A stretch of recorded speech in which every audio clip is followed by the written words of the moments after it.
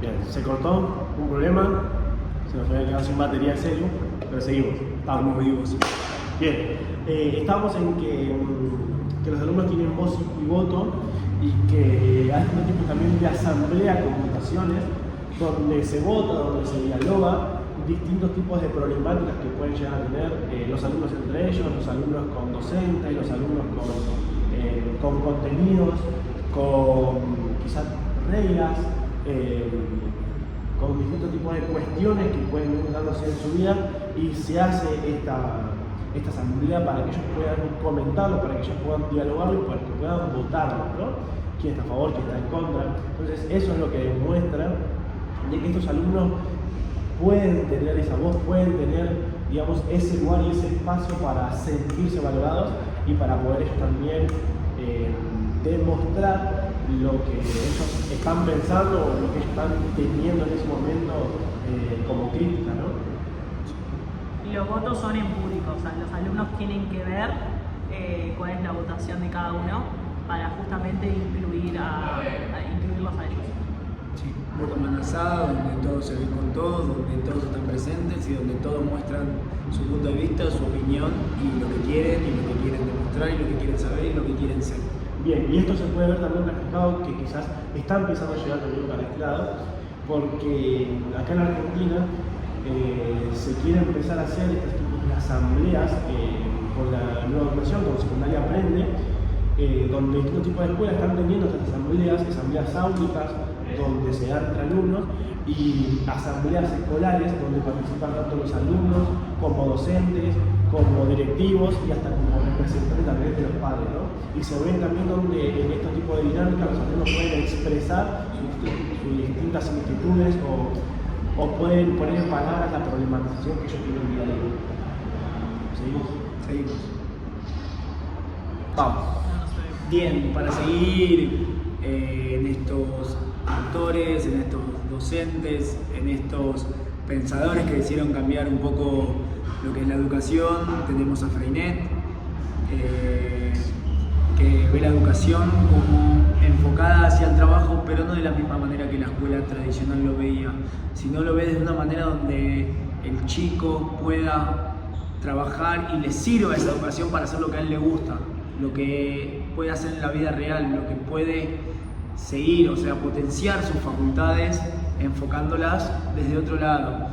Como primer punto muy importante, Freinet tiene la idea de que cada chico pueda escribir sus propias producciones literarias, sean de gustos, de vivencias, pero que le genere eso, el participar, esto es mío, esto es propio.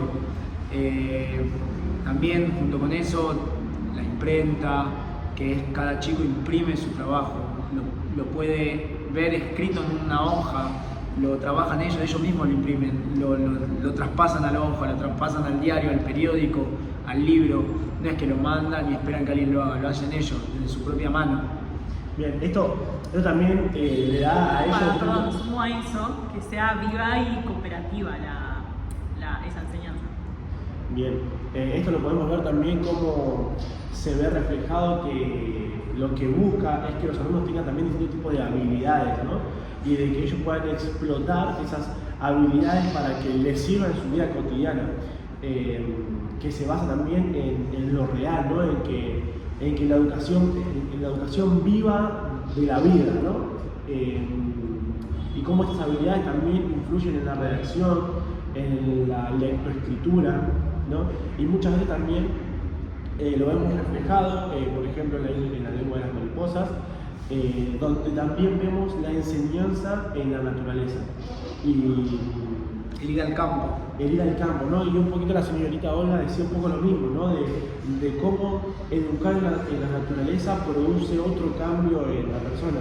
Y vemos también esto en una silueta de Mafalda, de cómo la maestra enseña un árbol a través de una cartelera cuando tiene todo el bosque atrás, ¿no? Que tampoco sirve para el alumno, porque teniendo el aire libre de la naturaleza y poder enseñar cosas de la naturaleza con la experiencia propia de estar en ese medio, cambia absolutamente todo. Sí, por eso también en estas prácticas de Freinet en las escuelas, en eso. Freinet busca que cada chico pueda también comunicarse con otras escuelas, compartir lo que hizo con otras escuelas mediante correo, mediante el periódico, mediante los trabajos que fomentaron, que armaron, que hicieron, tipo poder saber cómo es el entorno fuera de donde ellos están, porque capaz no todos los chicos tienen la posibilidad de decir, bueno, viajo a tal lugar. Entonces Freinet lo que propone es una correspondencia, entonces se comunican con una escuela de ese lugar, le preguntan cómo es allá, cómo se mueven, cómo trabajan, cómo es todo, y al mismo tiempo ellos reciben cartas o correos de allá viendo la misma pregunta reflejada. Entonces es como que al chico lo hace sentir interesado por lo que está haciendo, lo hace sentir que es importante para alguien más, que su educación, su trabajo y todo es importante para gente de otros lugares, y lo hace motivarse y sentirse mucho más dentro de esta enseñanza y esta idea de querer aprender, de querer transmitir, ¿no? Como que habla de que es muy importante para el niño, que en realidad aprende mucho más con sus experiencias que estando en un aula encerrado mientras un maestro le explica. Cuando hablaste de la señorita Olga, ella también tenía la misma pedagogía, esa pedagogía de que el niño tiene que explorar y tiene que experimentar, vivenciar lo que le estamos enseñando, o vivenciar, mejor dicho, el aprendizaje, que el niño aprende de esa manera. Y esta educación no podría ser posible si el niño le tuviera miedo al maestro, ¿no? Si el niño le tuviera temor a ese docente, o si el docente humillara al niño. Y vemos cómo, en la lengua de las mariposas, este alumno, Moncho, cuando llega la primera vez a clase, el docente un poco lo humilla, ¿no? El docente lo invita, lo acerca al escritorio a poder preguntarle acerca de su nombre, de cómo se llama, y cuando el resto del aula dice se llama Gorrión, este niño se incomoda, se pone como...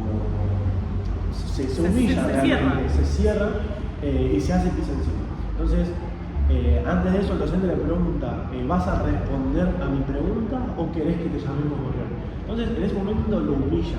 Entonces ahí nos muestra la humillación y después nos muestra como una redención del docente cuando lo va a buscar al aula, a su casa, y dialoga con él. Entonces nos muestra también que esta pedagogía, esta escuela, también se basa en el diálogo y no en lo que sería la explicación, porque la explicación jerarquiza, el diálogo te hace sentir tu par, ¿no? Y así se sintió Moncho cuando el docente después le pidió perdón y se acercó a dialogar y no a explicarle lo que pasó.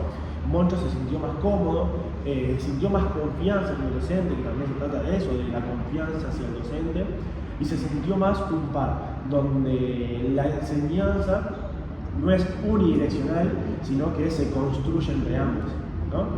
Sí, aparte también vemos esto, en la lengua de la mariposa podemos ver reflejado esto, que cada chico busca lo que le interesa, por eso también van al campo, o sea, no surgió de nada que aprendan sobre cómo se llama la lengua de la mariposa, sino que surgió por las propias ganas del chico de saber qué era, de encontrarse con eso, y del docente no decir nos quedamos en el aula y te lo muestro en un pizarrón. Salió en decir, bueno, vamos a investigarlo, vamos para allá, miramos acá, romper con esa pedagogía tan clásica y fuerte que se encuentra en estas escuelas, ¿no? Aparte, el docente no lo evalúa, cada uno marca su propia evaluación, cada chico pone los puntos de evaluación, es como que les dan protagonismo a ellos, no lo hace sentir relegado, no lo patea, no lo deja de lado, sino que le hace sentir que es importante dentro de ahí y que tiene voz, que es alguien. No solamente una persona que va a repetir lo que le repitieron a todos, ¿no? Es como también una crítica, una lucha a eso. Bien, seguimos. Montessori. Uy. Bueno, Montessori fue una de las mujeres más importantes en su época, hoy en día también lo sigue haciendo porque marcó tanto su pedagogía científica. Fue médica y fue pedagoga, ¿está bien dicho, no? Sí. Pedagoga. Y ella estudió todo, arrancó cuando empezó con sus prácticas con niños con discapacidades o niños anormales, y ella observó que el problema no estaba en la discapacidad o enfermedad que podía tener un niño, sino en la poca estimulación que como docentes le daban. Y ahí como que arrancó todo, su método, justamente el método Montessori, marcó tanto en esa época como hoy en día sigue marcando. Capaz que inconscientemente hoy en día es como, no sé si se sabe mucho de la historia de ella, pero hay escuelas Montessori y demás que está agregado a lo que ella experimentó. Y lo que ella hablaba es de que la pedagogía es más desde la observación y la experimentación del niño. De que si vos le das materiales a ellos, mientras que ellos exploren, ellos también aprenden. Y nada, hoy en día como que sigue muy vigente su método. Bien, sí, Montessori, aparte creadora de su propia casa de estudio, sigue con esta pedagogía científica, impulsora de esta pedagogía científica, donde el método, el chico aprende explorando, no se le da una guía de texto de cómo hacer las cosas. El chico aprende porque quiere, porque lo ve, por esa exploración, por esa, no me sale la palabra, pero esa idea de ver esto, de ese sorprenderse, de saber qué hace esto, de saber para qué es esto, de por qué hago esto. Esa locura del chico por perseguir saberes sin tener que decírselos ni implantárselos, ¿no? Va por ese lado. Y también esta autonomía al momento de explorar, del chico poder decidir en qué momento hacerlo. O sea, no es que, bueno, vos ahora haces esto, no, sino que el alumno por sí mismo, cuando tenga esas ganas, cuando tenga ese mover dentro suyo de querer ir a hacerlo, lo va a hacer, ¿no? Con su tiempo, con su ritmo propio, que habla de la individualización, ¿no? Que cada uno tiene su ritmo de aprendizaje, no todos aprenden de la misma manera, con los mismos tiempos, de las mismas formas, con los mismos materiales. Gracias, vecino. Bien, entonces cada uno tiene su tiempo y cada uno elige cuál es ese tiempo y en qué momento hacerlo, ¿no? Quizás para vos no es lo mismo que para mí hacerlo ahora o después.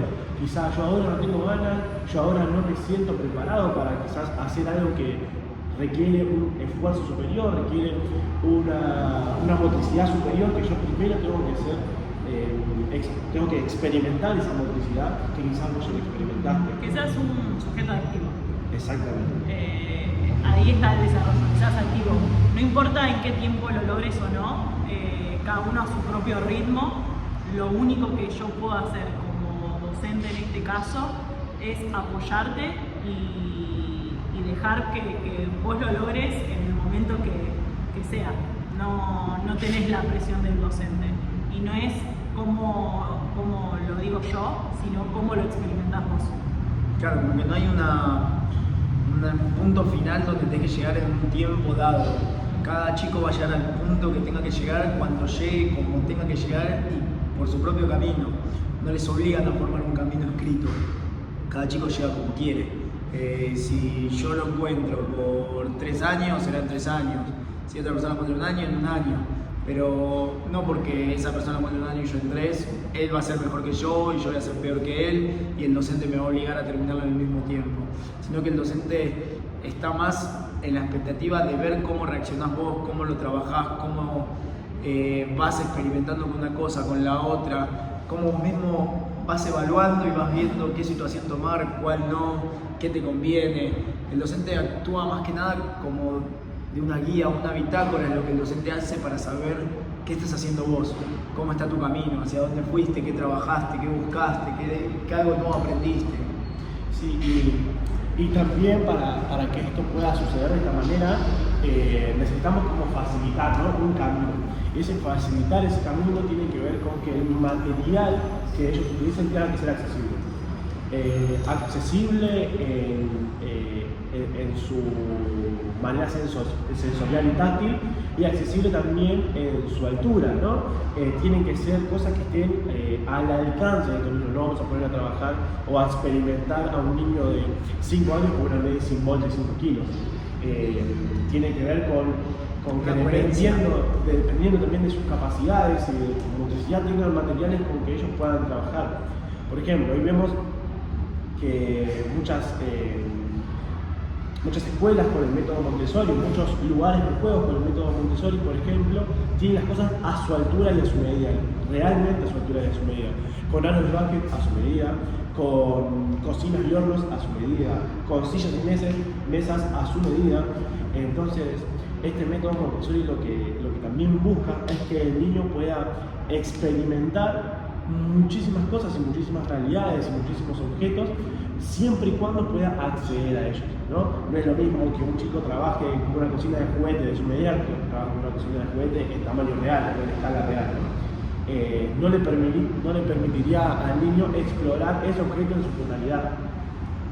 Sí, aparte también es muy interesante en esto, como el docente tampoco se pone en un lugar de jerarquía, de decir yo estoy acá, yo soy más grande que vos me obedecés por eso, sino que se pone en un lugar de acompañante, de decir, bueno, si me tenés que preguntar algo, lo descubrimos entre los dos, vos por dónde irías. Es un acompañamiento hacia el chico, es una guía y no es un repetidor, un acusador, uno de si no vas por acá, no vas a ir por allá. Y lo viví también con su método en su momento lo contradijeron mucho, no estaban de acuerdo, ella se tuvo que ir de su país, fue como muy cuestionado, y hoy en día ya hay escuelas Montessori, hay juegos, plazas, ya hoy ese método está muy incorporado en el niño y eso es un gran avance en la sociedad de hoy en día, porque el niño como protagonista y no como algo menos. De hecho, acá está Yupi en la boca, ¿no? También lo que marca mucho el método Montessori es la autoevaluación del niño, ¿no? Cómo el niño se evalúa a sí mismo a través de que va superando sus distintos límites, y se evalúa a sí mismo a medida que va consagrándose con distintos tipos de experiencias que va teniendo. Entonces le permite también al alumno ir entendiendo en qué momento va tomando conocimiento de ese aprendizaje o entendiendo en qué momento va superando ese aprendizaje y esos obstáculos, ¿no? Si yo supero un obstáculo, yo entiendo cómo funciona el método, si yo lo experimento y puedo experimentar de muchas maneras y puedo hacer funcionar de muchas maneras un objeto, ese aprendizaje lo adquirí, ¿no? Y ahí me autoevalué con ese conocimiento, me autoevalué con ese contenido, ¿no? Y te autocorregís. Y me autocorrijo, o sea, si yo sé que si yo le agarré, si yo lo estoy haciendo mal, bueno, me autocorrijo viendo cómo puedo solucionarlo, ¿no? Si yo no me puedo subir a esta mesa, bueno, voy a buscar un montón de maneras para subirme a esta mesa. Y en todas esas maneras me voy autocorrigiendo hasta poder lograrlo. Cuando yo lo logro y lo puedo repetir, significa que ya adquirí ese conocimiento, ¿no? Me evalué, me autocorregí y lo superé. Sí, aparte, para tener en cuenta el Montessori y traer un poco de vuelta a Freire, es muy interesante cómo ella rompió esa barrera de ser oprimida, de la primera mujer médica de su país, decidir por su método y criticar a todo y decir, yo voy a ir por acá, no me importa lo que digan, no me importa lo que esté planteado, no me importa lo que se repetía antes, ¿no? Es como que ella decidió seguir su propio camino, romper sin miedo a nada, sin miedo a, o sea, sin ese miedo de no me importa lo que digan, tipo, obviamente todo el miedo está, si no funciona, ¿cómo me van a ver? Pero decidir en contra de todas esas barreras y crear un método que ahora es muy usado, muy estudiado, muy trabajado y que cada vez está siendo más implementado, ¿no? En las escuelas, en colegios, y que refleja que la escuela no es solamente un lugar de encierro donde los chicos van a reproducir conocimientos, sino que pueden aprender, pueden divertirse, pueden disfrutar, pueden explorar. ¿no? Rompe un poco ese paradigma que siempre tenemos desde que entramos y que va matando lo que es el niño y lo que es la niñez y lo que normalmente en la jugada tradicional plantea, donde sacan todos obreros iguales. ¿Y cómo lo trabajarías en la escuela? Yo creo que, si querés empezar, si me empiezo yo, no hay drama, el que quiera. Bien. Yo buscaría en mi clase de educación física, propondría un trabajo donde a cada chico le daría capaz pelotas diferentes, ¿no? En un ambiente controlado, donde sepan que no se pueden lastimar, donde no puedan lastimar al otro. Y no les diría nada, ¿no? Dejaría las pelotas ahí y vería qué hace cada chico con esa pelota. Vería si la puede picar, si la pasa, si no la pica, si la revolea, si no la revolea, si la patea. Que cada chico descubra qué puede hacer y qué no puede hacer por sí mismo, por su fuerza, por sus capacidades. Y que también descubra que no todas son iguales, ¿no? Que una pelota capaz pica más, una pelota pica menos, otras más grandes, otras más chicas. ¿Y cuál le gusta más a él? Más blanda, más dura, ¿no? Cuál va más rápido, cuál va más lento, cuál puede tirar, cuál no. Pero dejaría y vería cómo trabajan ellos y al mismo tiempo vería en el general del grupo qué le atrae más, ¿no? Con qué pelota capaz le gusta más trabajar y cómo va el colores. Claro. Capaz veo que al grupo en general le gusta trabajar más con pelotas de tenis. Entonces ya capaz para mi próxima clase ya trabajo sobre eso, ¿no? Una propuesta donde diga, bueno, a ellos les interesó esto, ¿por qué no meto eso en vez de seguir un teorema práctico que está planteado desde un principio, ¿no? Digo, bueno, si les interesó más ir por acá, yo voy a ir por acá, los voy a llevar, los voy a hacer partícipes desde un lugar capaz no tan directo y directamente ellos se vuelven partícipes sin que se los diga, ¿no? Me parece una buena propuesta para trabajar, sí, capaz. También casi lo mismo, pondría diferentes materiales para que ellos puedan explorar y que puedan jugar de la manera que quieran con lo que quieran. Simplemente, o sea, obviamente eligiendo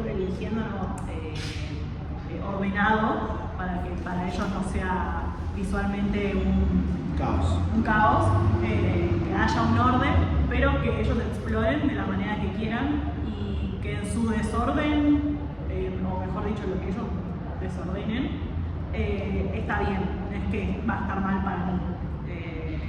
Porque una vez escuché de que el desorden de los niños es el orden para ellos. Entonces lo dejaría explorar con diferentes materiales, también como decía Marcho, para también yo darme cuenta qué es lo que les gusta a ellos.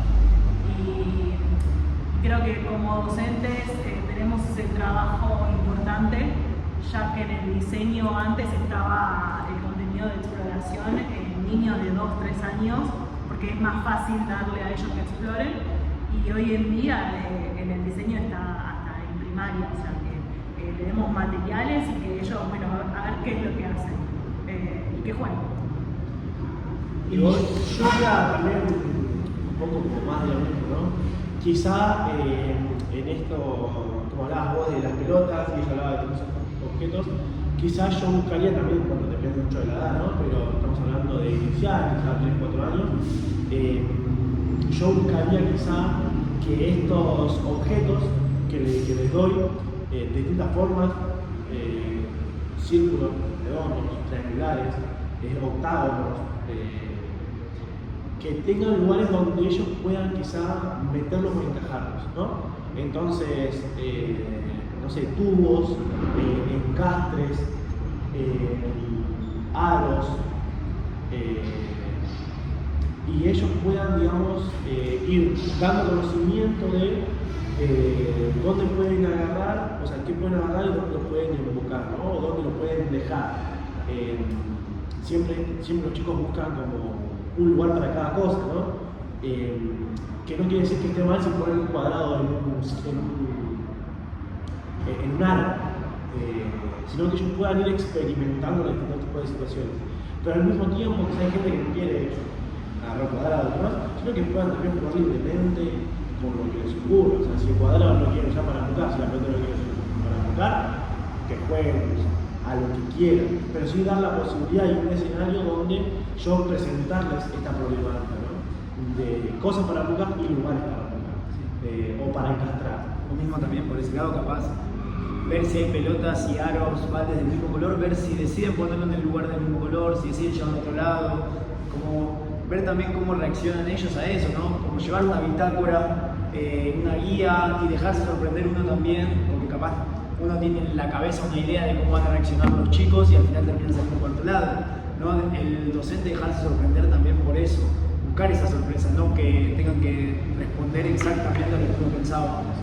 Que sea más que nada el aprender juntos, no es que la pelota tiene que ir en el sexto sí o sí, si vos lo querés poner adentro de un cubo, y bueno, está bueno, o sea, me estás enseñando a mí a que una actividad o podemos jugar a algo diferente y no necesariamente la pelota dentro del sexto. Bien, yo para ir cerrando, me pasa algo con un autor que habla de que somos facilitadores, ¿no? Y yo una vez escuché y me parece muy interesante compartirlo y coincido con esto, no es una reflexión exclusivamente mía, sino que me la compartieron y yo la tomo, de que, o sea, entiendo el concepto de facilitador, pero yo una vez le dije a un docente, nosotros somos facilitadores, y este docente me dijo, no es tan así, ¿no? Hay veces que no somos tan facilitadores, porque yo al niño no se la tengo que hacer fácil, es decir, ¿no? Sino que, porque lo más común es ir por el camino fácil. Entonces, si yo se la hago fácil al niño, nunca dejaría que termine de explorar y nunca explotaría ese conocimiento que puede llegar a adquirir, sino que muchas veces tengo que dificultar que él llegue a ese conocimiento. Al dificultarle que él llegue a ese conocimiento, va a pasar por un montón de experiencias en el camino y va a adquirir quizás mucho más conocimiento en el camino, o por lo menos muchas más miradas y muchas más experiencias para llegar a ese conocimiento. Entonces, coincido que muchas veces somos facilitadores, pero muchas veces no somos facilitadores, somos dificultores, ¿no? Decía este concepto que me traía. Quizás coincido también un poco con eso, ¿no? De que muchas veces tenemos que ser dificultores para algunos que consideremos que quieren ser más exigidos, que tienen con qué tener más experiencia y más conocimiento. Bueno, a ese alumno hay que ser un poquito más de dificultad, porque como compartimos en muchos autores, no todos tienen los mismos tiempos y no todos llegan a la meta de la misma manera, ¿no? Quizás uno puede llegar a la meta con mucha más experiencia. Para que llegue con mucha más experiencia, muchas veces también hay que dificultar un poco el camino. De la buena manera. Mismo de este lado dificultor no va del lado de ser alguien que le meta trabas, sino claro, de ese acompañamiento, intentar no hacérsela imposible, sino que el chico vea que puede más, que puede romper más barreras, que vos también lo estás acompañando desde ese lado y no le estás poniendo unas trabas, sino que le estás dando más potencial a él que sabés que puede dar, ¿no? Creo que todo esto que estuvimos viendo, todos estos autores, todas estas escuelas, todos estos modelos llevan a eso, ¿no? Ver que la escuela tradicional no es el modelo que en realidad era el que hacía la gente que más sabía, los perfectos, sino que era una escuela basada en una educación también basada en servirle a alguien. Y todo esto te demuestra que esa idea está mal, o sea, que cada uno estudiando libre, en comunidad, con un grupo, con alguien que se sienta cómodo, con el docente en vez de explicador como acompañante, genera mucha más riqueza en ese estudiante, ¿no? En ese chico. De una manera u otra, el docente va a marcar al alumno y está en nosotros cómo vamos a marcar a ese alumno. En el buen sentido o en el mal sentido, o sea, está en nosotros y depende mucho de cómo demos nuestras clases, nuestros juegos y demás, porque al niño lo que le va a marcar va a ser eso. O el profesor que te viene y te explica un PowerPoint y dice lo mismo que dice el Power, o un profesor que te hace ser autónomo, que te hace ser una persona crítica, que te da la libertad emancipadora, que te hace pensar, que te hace desarrollar. O sea, porque para explicar lo que ya está escrito en un pizarrón, lo puede hacer cualquiera. Entonces, de una manera u otra marcamos al alumno y está en nosotros.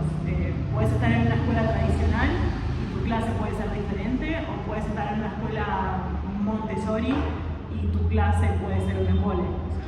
Si traemos un poco el concepto de opresor y oprimido, sería con el oprimido y no para el oprimido, ¿no?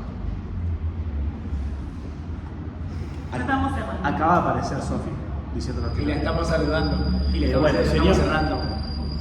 sería un poco, si traíamos el concepto, sería un poco con el oprimido y no para el oprimido, ¿no? Pero bueno, muchas gracias por este debate, este podcast, este pequeño podcast. Esperemos que lo escuches con muchas ganas.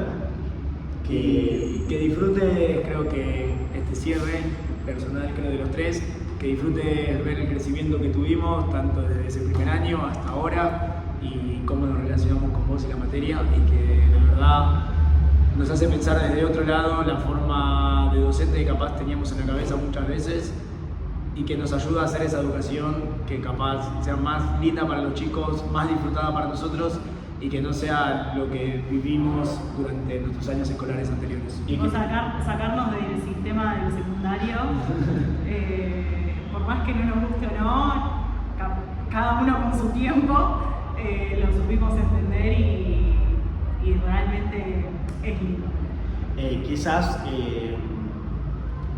Quizás faltaron algunos conceptos, pero la realidad es que lo quisimos hacer lo más natural posible y también dando nuestro punto de vista acerca de estos conceptos, quizás muchas veces criticándolos, pero tomando también como propios estos conceptos para poder criticarlos. O sea, no lo puedo criticar si no lo tomo como propio, ¿no? Pero bueno, gracias. Eso, gracias.